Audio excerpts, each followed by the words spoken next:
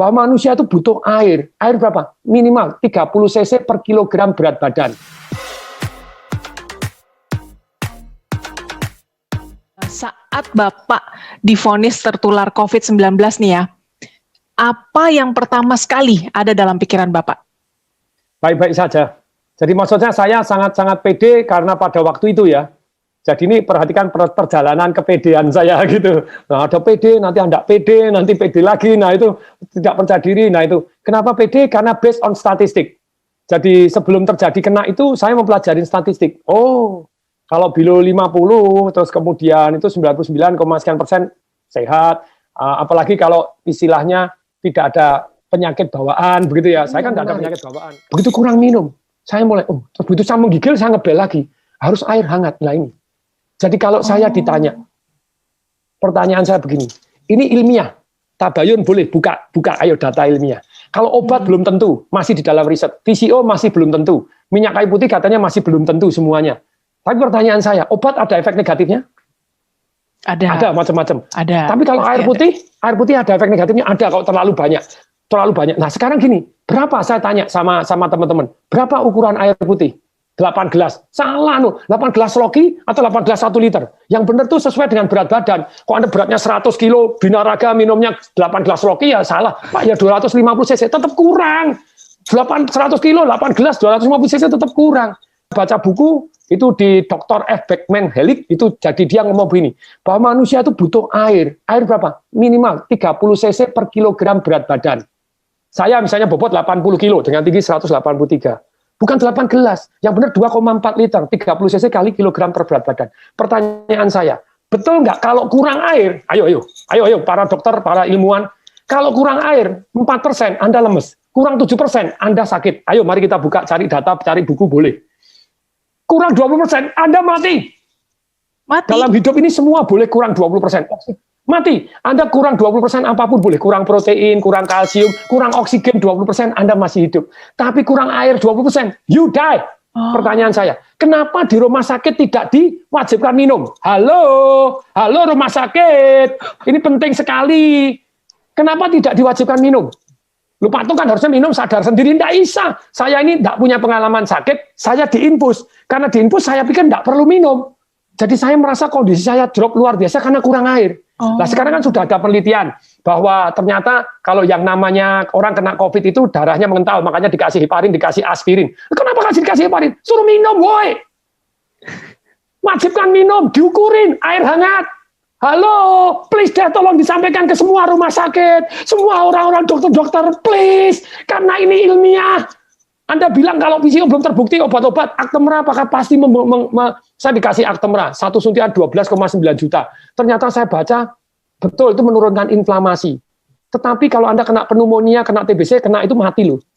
Banyak yang itu ada penelitian tuh, dikasih 5, ada yang ini mati loh, ada yang bahaya. Makanya saya suruh tanda tangan tuh, if something happen. Nah kalau itu belum terbukti menyehatkan, kalau air terbukti kalau kurang mematikan, kenapa tidak diwajibkan minum? Hoi. Sorry, saya sangat-sangat emosional karena saya ngerasain tidak bisa bernapas seperti apa. Mestinya kan air toh, supaya airnya, aduh nih, jadi diwajibkan minum. Jadi wajib, diukurin, wajib minum, ayo minum sedikit, 100 cc air hangat, 100 cc air hangat. Kalau Anda tidak percaya, perhatikan, kalau Anda lagi demam panas, Anda minum air hangat langsung, Anda beres keringetan, diukur, langsung suhunya turun kok. Iya. Coba, kalau ini sudah terbukti menyembuhkan, kenapa kok tidak diwajibkan? Wajibkan, boy. Saya sangat-sangat gemes ini. Semoga ini jadi viral, tidak apa-apa. Jadi amin. Diwajibkan. Jadi jangan obat doang, jangan infus doang. Kok memang kurang, harus wajib dijami. Sekian minum sudah belum, diukurin, diiniin, kasih air hangat. Nah kan tubuhnya jadi darahnya jadi mengalir lebih lancar. Terbukti. Wajibkan dong, minum. Lebih kemungkinan sehat lebih tinggi daripada Anda tidak perhatian terhadap mereka minum nggak. Ketika orang lemes, gini diinfus terus kemudian tidak minum, lah ya kasihan toh ya. Nanti dites darah tidak keluar, dianggap darahnya mengental. Setelah mengental dikasih heparin, dikasih aspirin. Aduh, suruh minum.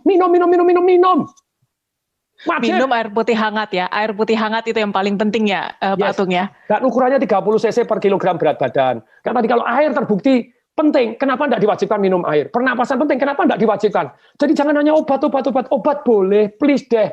Sejauh Anda tahu boleh, tapi kalau air terbukti kurang mematikan, kenapa tidak diwajibkan minum air? Air hangat, woi. Kalau air sudah terbukti ini ya harus kasih deh. VCO sambil jalan, kenapa Anda? Itu Pak, itu masih mitos, belum terbukti. Loh, kalau belum terbukti, obat Anda apakah sudah pasti terbukti? Kalau obat sama-sama belum terbukti, ini efeknya lebih ringan. Dan kalau Anda percaya enggak, kalau Anda yang sakit, saya enggak memujikan Anda sakit, siapapun Anda yang sakit, apapun dilakukan loh.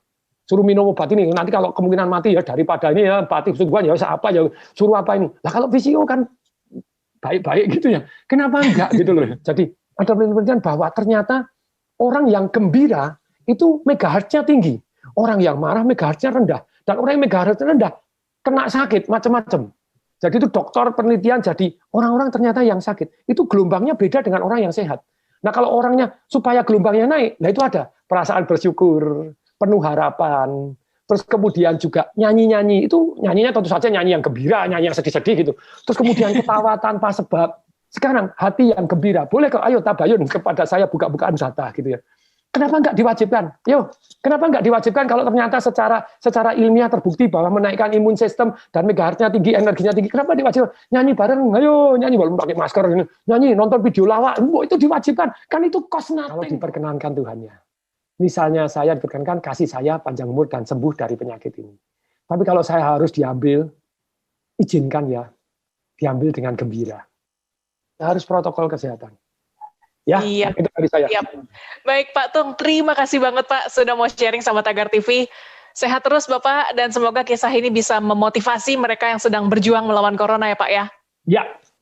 Salam dahsyat. Salam dahsyat. Jangan lupa like, comment, share, dan subscribe. Dah.